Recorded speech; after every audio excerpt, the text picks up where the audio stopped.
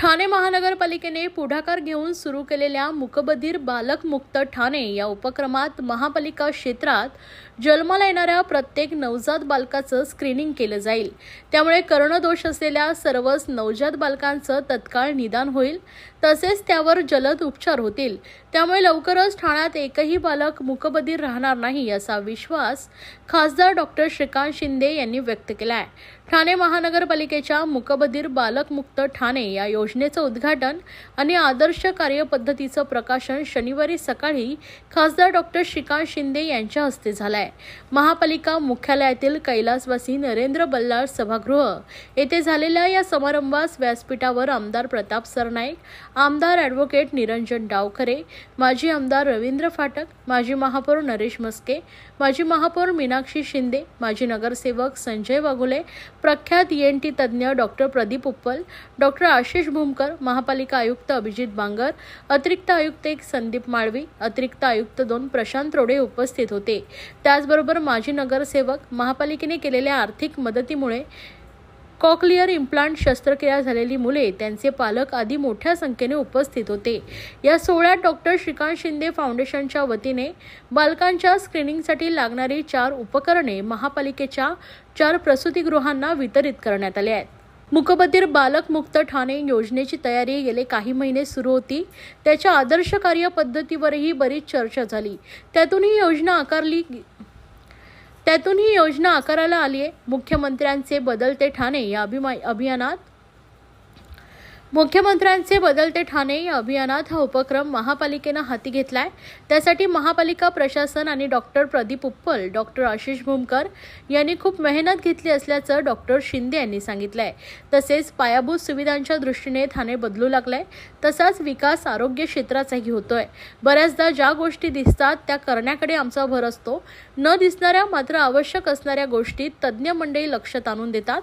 त्यातूनही अशा योजना आकार घेतात असंही खासदार शिंदे म्हणालेत। दोन्ही कानांसाठी कॉक्लिअर इम्प्लांट देणारी ठाणे महापालिका ही देशातील पहिलीच महापालिका आहे असंही खासदार डॉक्टर श्रीकांत शिंदे यांनी सांगितलंय।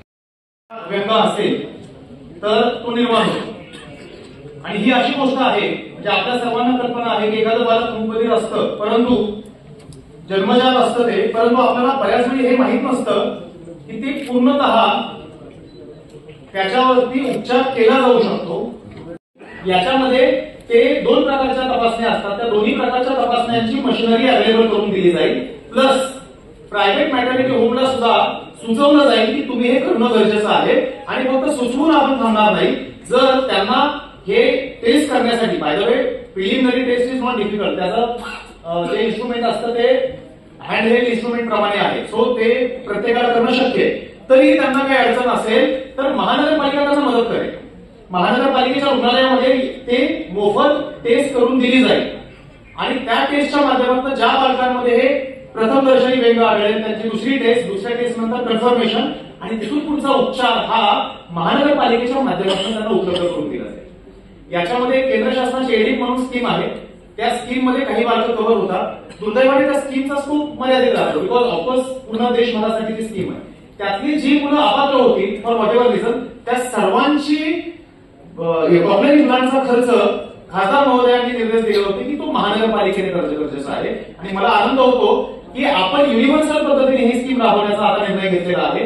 मागच्या 6 वर्षामध्ये जेवढ्या आपल्याकडे सर्जरी झाल्या होत्या, ऑफकोर्स त्याचं महत्व कमी नाही, परंतु त्याला आपण आता व्यापक स्वरूप घेऊन प्रोएक्टिव्हली ज्या बालकांमध्ये कर्णदोष आहेत ती बालकं शोधणं, त्याच्या त्या टेस्ट वेळेत करून घेणं, लवकरात लवकर करणं, ही ऍक्टिव्हिटी केली जाईल आणि त्यांच्यासाठी हे जे इम्प्लांट आहेत हे महानगरपालिकेच्या वतीने बसवले जातात। पालिकेचे आयुक्त बांगर साहेब, त्याचबरोबर डॉक्टर उप्पल आणि डॉक्टर भूमकर यांचं खूप खूप धन्यवाद या ठिकाणी व्यक्त करतो।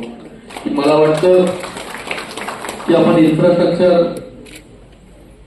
दिवाबत्ती, गटर, मीटर या सगळ्या गोष्टी रोज चालू असतात, ब्रिजेस, फ्लायओव्हर, रेल्वेज, पण त्याचबरोबर जे आहे त्या अशा छोटे छोटे इंटरव्हेन्शन जे आहेत ज्या केल्याने खूप मोठा बदल जो आहे तो त्या ठिकाणी घडत असतो। आज जर आपण ठाणे पाहतोय की ठाणे बदलतंय म्हणजे चांगले मोठे रस्ते होत आहेत, ब्रिजेस होत आहेत, चांगले इन्फ्रास्ट्रक्चर डेव्हलप त्या ठिकाणी होत आहे, पण त्याचबरोबर लोकांच्या आरोग्याची काळजी देखील तितकीच महत्वाची आहे. जसं रोड इन्फ्रास्ट्रक्चर वाढते आणि या सगळ्या गोष्टी ज्या आहेत त्या खूपदा ज्या आहेत त्या ऍडव्हर्टाइज आपल्याकडून निघून जातात. आपण ज्या गोष्टी लोकांना दिसतात त्या गोष्टी ज्या आहेत त्या करण्यावरती त्याचा आपला भर असतो की लोकांना आपल्या अंगणातला रस्ता चांगला झाला की लोकांना ते दिसतं, लोकांना चांगलं ब्रिजेस झाले की ते लोकांना दिसतं, त्याच्यातून अप्रिसिएशन मिळतं आपल्याला.